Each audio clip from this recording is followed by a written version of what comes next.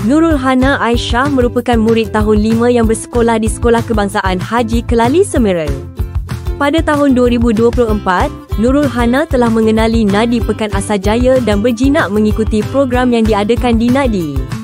Mengikuti aktiviti di Nadi juga telah menjadi titik perkenalan Nurul Hana kepada Nadi Tini Tecis. Sebelum ini, Nurul Hana tidak mempunyai ilmu pengetahuan berkenaan dunia robotik dan juga mikrobit. Dengan menyertai program Smart Services Nadi Tini Tecis, Hana berpeluang untuk mempelajari ilmu dalam dunia robotik. Sepanjang menyertai program Tini Tecis, Hana telah mempelajari asas-asas koding melalui website MakerCode Microbit. Berkat kesungguhan dan kerajinan adik Hana dalam mengikuti kelas telah membuahkan hasil dengan mengikuti bootcamp Tini Tecis peringkat negeri Sarawak sebagai wakil Nadi Pekan Asajaya.